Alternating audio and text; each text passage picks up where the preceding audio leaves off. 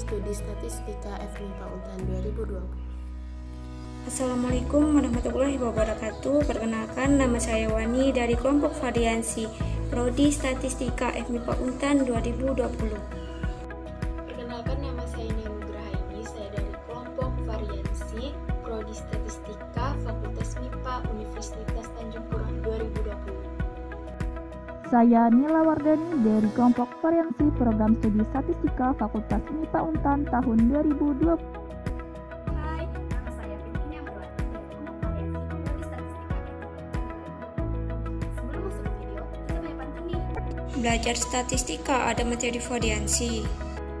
Variansi merupakan kuadrat simpangan baku. Jika engkau ingin berprestasi, Makin rajinlah menuntut ilmu.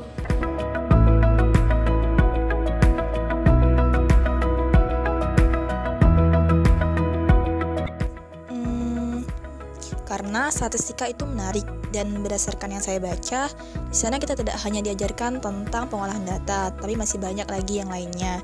Dan juga lulusan atau prospek kerja dari lulusan statistika ini cukup luas sehingga masa depan kita cukup terjamin asalkan kita mau berusaha. Alasan saya memilih statistika karena statistika masih berkaitan dengan matematika. Dan saya juga ingin tahu lebih jauh mengenai pengumpulan data, menganalisis data, pengolahan data, sampai pada penarikan kesimpulan. alasan saya masuk jurusan statistika adalah karena sejak saya di bangku SMP, saya telah menyukai pelajaran matematika. Dan dilanjutkan pada jenjang SMA, saya juga merasa lebih tertarik dan lebih berminat untuk menghitung di pelajaran matematika dibandingkan dengan pelajaran yang lainnya. Selain itu, saya juga melihat prospek kerjanya yang sangat tinggi, dan saya merasa banyak perusahaan ataupun instansi lainnya yang membutuhkan tenaga kerja statistik untuk mengelola data ataupun hal yang lainnya. Jadi saya memilih statistika sebagai pilihan.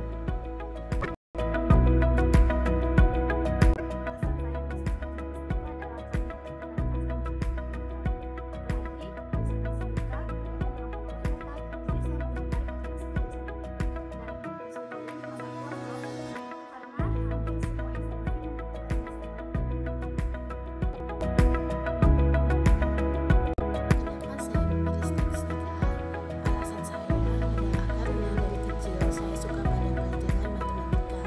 Dan sewaktu duduk di bangku pendidikan dasar, mulai dari SD, SMP, hingga SMA, guru-guru matematika saya semuanya adalah orang-orang yang menyenangkan, sehingga saya semakin termotivasi untuk belajar matematika. Nah, untuk statistika sendiri, prospek kerjanya sangat luas di masa sekarang maupun masa yang akan datang.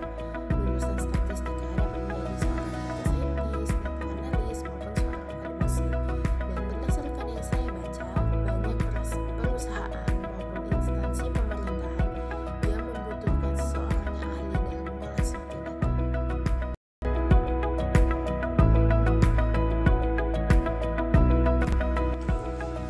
Di sini kami akan memberitahu kalian mengenai data jumlah tenaga kesehatan menurut kabupaten atau kota di Kalimantan Barat tahun 2018. Berikut ini penyajian datanya. Nah, dari tabel ini dapat kita lihat bahwa Sambas memiliki 749 tenaga kesehatan, Bengkayang 680, Landak 615, Mempawah 359, Sanggau 491, Ketapang 928, Sintang 538, Kapas Hulu 752, Sekadau 342, Melawi 383, Kayong Utara 201, Kubu Raya 611, Kota Pontianak 2141, dan Kota Singkawang 1546. Di sini juga ada grafik. Yang pertama, grafik histogram. Terus, yang kedua, grafik poligon. Baiklah, saya akan melanjutkan menjelaskan tentang MEAN atau rata-rata dari jumlah tenaga kesehatan yang ada sekabupaten kota di Kalimantan Barat. Berdasarkan data yang kami temukan di Badan Pusat Statistik atau BPS Kalbar, pada tahun 2018, Kalbar memiliki 14 kabupaten dan kota. Nah, cara untuk mencari MEAN atau rata-ratanya adalah dengan menjumlahkan seluruh data, kemudian dibagi dengan banyak data. Untuk mencari jumlah seluruh data, bisa kita lihat dari tabel, yaitu jumlah seluruh tenaga kesehatan dari setiap kabupaten dan kota kita jumlahkan. Misalnya Sambas ada 749 tuh kan, kemudian kita tambahkan dengan Bengkayang yang 680, nanti kita tambahkan lagi dengan Mempawah, Sanggau, Ketapang, Sintang, Kapuas Hulu, sampailah ke kota Singkawang. Setelah kita jumlahkan tersebut, dapatlah hasilnya itu di tabel paling bawah, yaitu di tabel jumlah, yaitu tertulis angka 10.336. Setelah itu kita bagi dengan banyaknya data, yaitu tadi 14 kabupaten kota jadi 14. Kemudian setelah kita bagi, dapatlah hasilnya 738,3. Kita bulatkan menjadi 738. Nah, itulah hasilnya, yaitu rata-rata dari data tersebut. Kemudian ada modus. Modus merupakan data yang sering muncul. Nah, berdasarkan data yang kami temukan, tidak ada satupun data yang sering muncul, sehingga tidak bisa kita tentukan yang mana modusnya. Maksud data yang sering muncul di sini adalah misalnya angka jumlah 201 itu bisa muncul sebanyak 3 kali, atau 342 itu sebanyak 5 kali, kemudian 399 itu 10 kali. Biasanya itu dilambangkan dengan tabel frekuensi. Nah, kalau begitu barulah biasanya kita bisa tentukan modusnya itu yang mana. Jika hanya seperti ini, makanya tidak bisa ditentukan modusnya yang mana, karena masing-masing dari data tersebut hanya muncul 1 kali. Begitu. Selanjutnya adalah median. Median merupakan nilai tengah dari suatu data. Median dapat dicari menggunakan rumus setengah dikali data ke n per 2 tambah 1 ditambah data ke n per 2. Nah, di sini kita ketahui bahwa n atau baliknya data ada 14. Jadi data ke n per 2 tambah 1 sama dengan data ke 14 per 2 tambah 1, yaitu data ke 8. Nah, data ke n per 2 yaitu data ke 14 per 2 yaitu data ke 7. Nah, tinggal kita lihat di tabel, data ke 8 adalah Kabupaten Landak yang jumlahnya 615, dan data ke 7 adalah Kabupaten Kuburaya yang jumlahnya 611. Kita jumlahkan, lalu kita bagi 2, hasilnya adalah 613. Nah, 613 ini menunjuk kepada Kabupaten Landak. Jadi, median atau nilai tengahnya ada di Kabupaten Landak.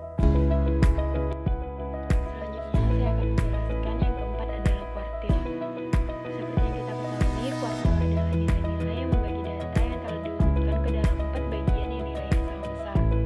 Kuartil ini terbagi menjadi 3 bagian, yaitu kuartil bawah atau Q1, kuartil tengah atau Q2, dan kuartil atas atau Q3. Untuk mencari kuartil, kita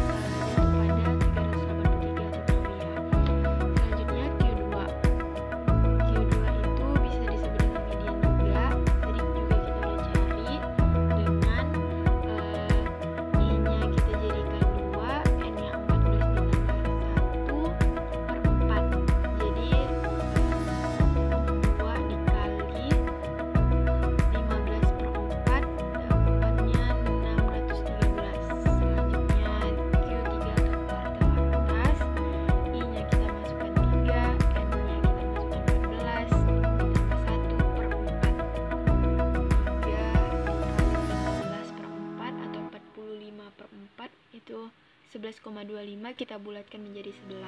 Jadi kuartil atasnya terletak pada data keempat ke-11 yaitu 752, yaitu pada Kabupaten Kapuas Hulu. Selanjutnya yang kelima desil. Hampir sama dengan kuartil tadi, namun bedanya desil ini merupakan bilangan yang difungsikan sebagai ukuran pemusatan data menjadi 10 bagian yang sama. Artinya secara matematis desil biasa dilambangkan sebagai huruf D. Desil juga terbagi menjadi 9 macam, yaitu D1, D2, D3, D4 hingga D9. Karena desil membagi data menjadi 10 bagian, maka biasanya dasar perhitungan desil memakai angka persepuluhan. Karena data ini pada data tunggal, maka rumus yang digunakan adalah DI sama dengan I dikali N ditambah 1 per 10. Dengan I yaitu bilangan bulat kurang dari 10 dan N banyak data. Langsung kita masuk ke contoh, kita ambil D2-nya di sini. D2 berarti I-nya kita tuliskan 2 dikali N-nya itu jumlah datanya ada 14 ditambah 1 per 10. Sehingga 2 dikali 15 per 10, 30 per 10.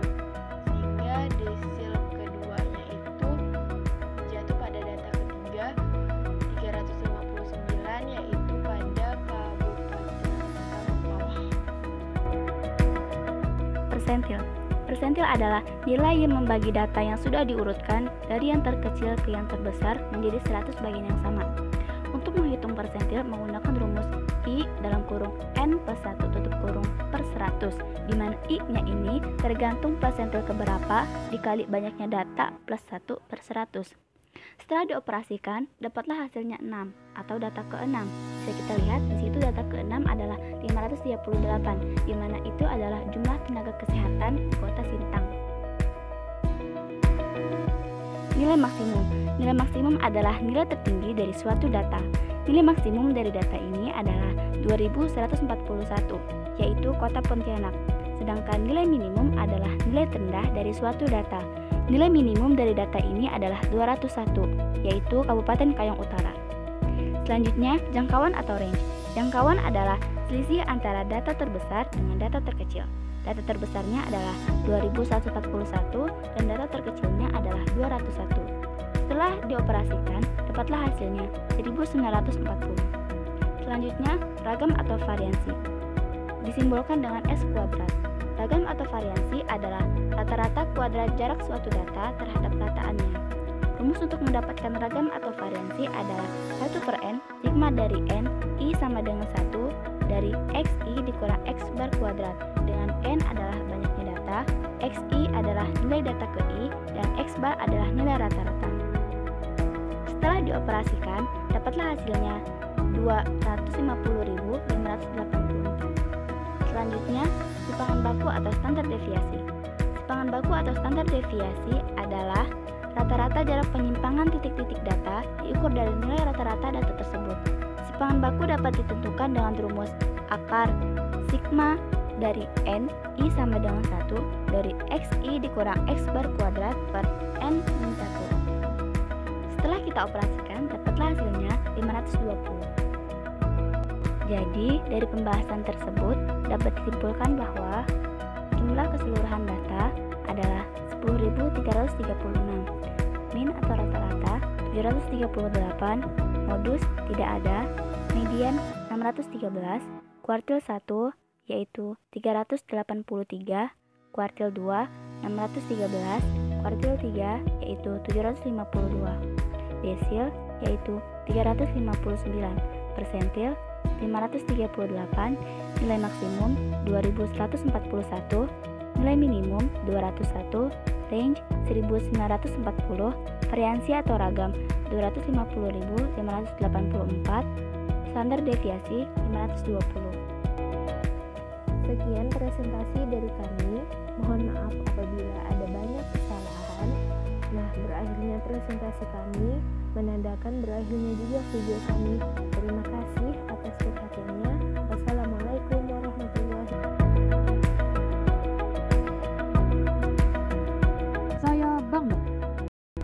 Enggak. Saya bangga. Kami bangga menjadi bagian dari Statistika Untan. Untan mulia.